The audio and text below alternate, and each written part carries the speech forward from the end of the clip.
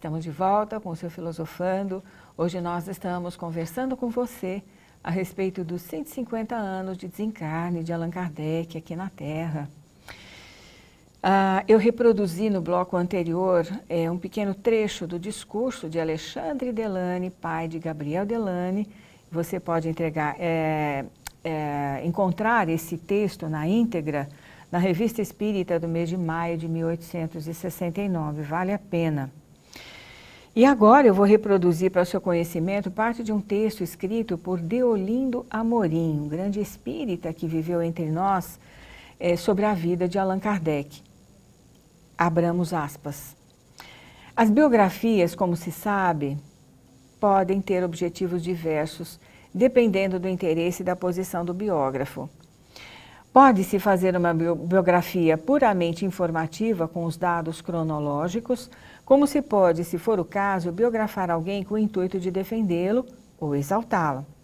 Temos, pois, a biografia simplesmente narrativa, que apenas alinha os fatos e as datas, a biografia apologética, que visa glorificar ou defender, e a biografia crítica, que é interpretativa por natureza, e assim por diante. Até mesmo a biografia romanceada, como existem algumas. Muitas vezes se estuda a biografia de uma pessoa com o propósito exclusivamente didático, isto é, com a intenção de colher dados para o aprendizado. No caso de Allan Kardec, por exemplo, não há o que exaltar, pois ele já está exaltado, não aos olhos dos homens, mas aos olhos da espiritualidade em razão da sua obra. De modo que a nossa exaltação, por mais ardorosa que pudesse ser, não alteraria em nada a dimensão histórica de Allan Kardec. Muito menos caberia uma biografia de defesa, visto como ele próprio se defende perante a posteridade, apesar das críticas unilaterais e das agressões que sofreu, sem jamais ter sido atingido. Continua a ser o mesmo homem a despeito de tudo. Por sua vez, também não calharia bem nessa oportunidade uma biografia interpretativa, repassando aspectos que já foram por demais estudados e esclarecidos. Allan Kardec deixou uma obra para a humanidade e cumpriu fielmente a sua missão, por todos os títulos, gloriosa.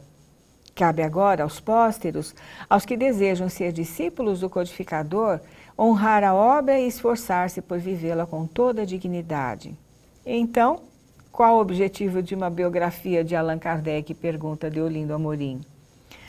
Naturalmente, é um objetivo didático.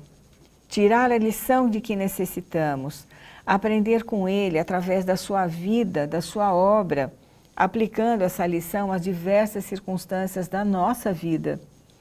Mas não podemos dissociar inteiramente Allan Kardec da doutrina espírita. Claro que a doutrina não é dele, é dos espíritos, como ele próprio fez questão de acentuar. Não é o fundador do espiritismo, já se sabe. Todavia, e esta é a verdade, não se pode separar muito a pessoa de Allan Kardec da doutrina que codificou. Se não foi ele o autor, e é certo, foi o elemento escolhido pelo alto, inegavelmente. Teve uma participação pessoal inconfundível e valiosa, exatamente por causa de suas interferências sempre oportunas. Muitas questões doutrinárias foram elucidadas pelos mentores espirituais no trabalho de elaboração da doutrina. Não foi apenas, como às vezes se diz, mero colecionador ou compilador. Para que compreendamos bem o papel que lhe coube desempenhar, precisamos reler Kardec, pois ele não se limitou à compilação sistemática.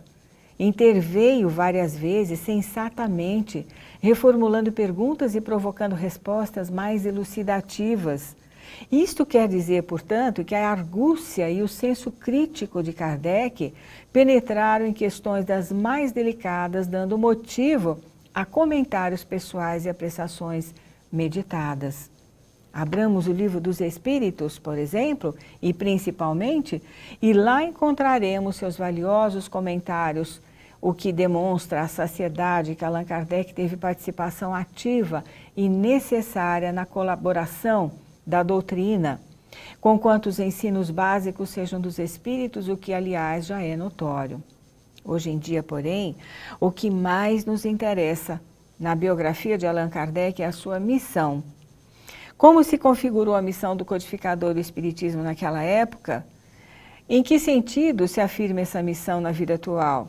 Se, como nós já dissemos, estamos procurando estudar a vida de Allan Kardec, não mais para exaltá-lo ou defendê-lo, mas para extrair lições, devemos confrontar o passado com o presente e situar a missão de Kardec no momento, através da filosofia de vida que a sua obra nos legou. Dentro deste ângulo de apreciação, teremos de considerar necessariamente pelo menos 5 aspectos: o homem em sua época ou em seu meio, as influências que recebeu e, finalmente, a sua missão. Vamos por partes, como se estivéssemos abrindo um livro e passando de um capítulo para outro. Por isso eu disse a você que nós vamos fazer 3 programas a respeito da história de Allan Kardec e sua influência no nosso meio, no meio espírita. O homem em sua época, diz Deolindo Amorim.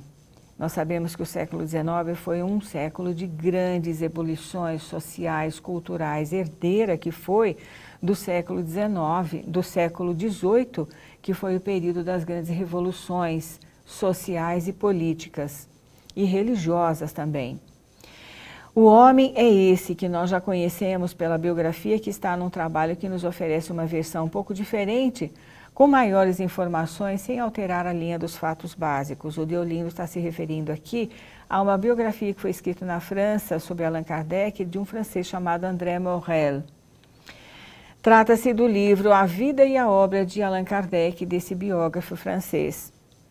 Reafirmando tudo quanto já se conhece com toda fidelidade às fontes históricas, prossegue Deolindo, André Morel trouxe uma contribuição especial, tocando em pontos que ainda não se havia tratado. É um enriquecimento apreciável, sem fantasiar, sem desfigurar a ordem das ocorrências e datas.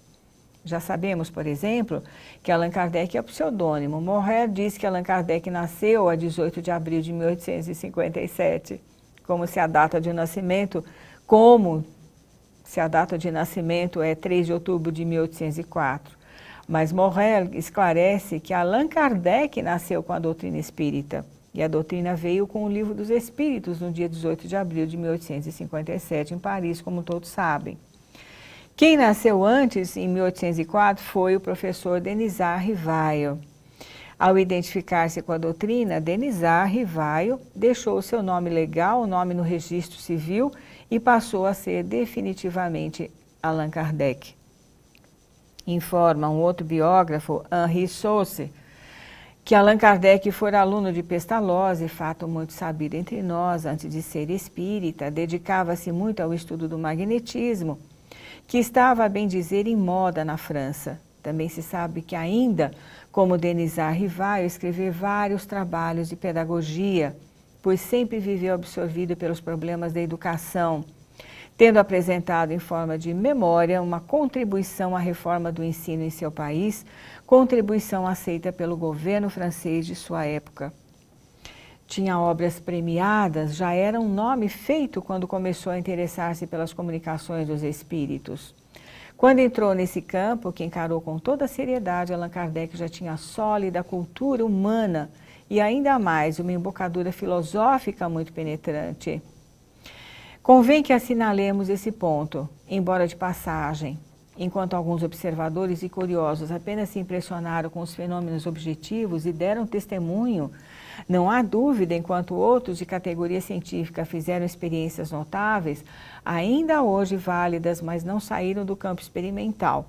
Abstendo-se de fazer considerações doutrinárias, Allan Kardec foi além, porque embora também tivesse feito observações e experiências, tão criteriosas como a de outros interessados nos problemas mediúnicos, pressentiu logo as consequências de tudo isso pelo seu agudo senso filosófico, pois atrás dessa fenomenologia, até então desconhecida em suas verdadeiras leis, embora observadas em todos os tempos, estava a explicação dos mais sérios problemas do espírito humano.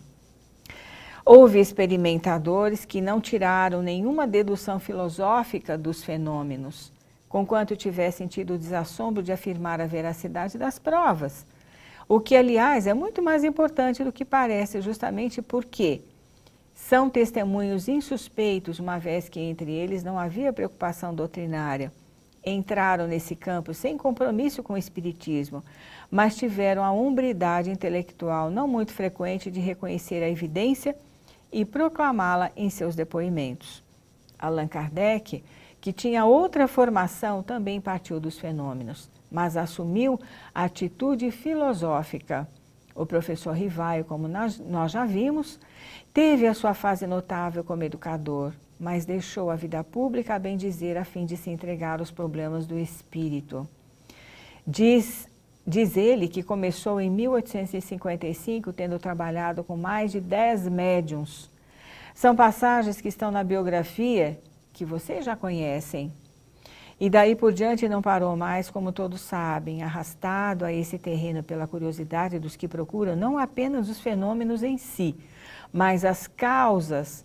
Partiu das mesas girantes e da diptologia e de outras formas de comunicação dos mortos, mas pensou, a princípio, que o magnetismo poderia dar uma explicação total ou definitiva. Descortina-se-lhe um horizonte mais amplo, pois agora trava relações com o elemento espiritual extra-humano. É o mundo espiritual que vem, através dos mentores, dar o ensino original, a doutrina pura, pelo princípio da generalidade e concordância. Nós continuaremos a análise biográfica de Allan Kardec no nosso próximo programa. Agora nós vamos para um pequeno momento de leitura.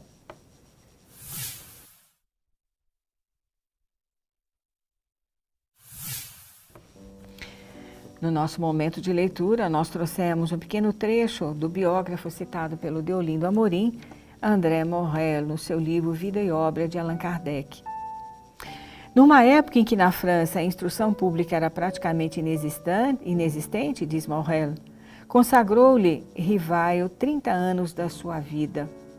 O país não dispunha então de quadros ou de métodos educativos e pedagógicos. Aluno de Pestalozzi, foi um infatigável pioneiro e as suas obras referentes às várias disciplinas da instrução alcançaram tiragens consideráveis. Allan Kardec dedicou mais tarde os últimos anos da sua vida a uma instrução mais vasta, em escala mundial, pois todos os homens habitam o mesmo planeta e compartilham fraternalmente a alegria e a tristeza.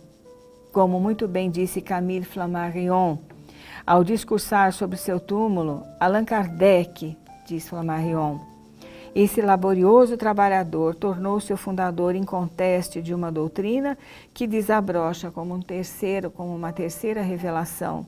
Foi ele, por excelência, o Consolador. Vida e Obra de Allan Kardec, por André Morel.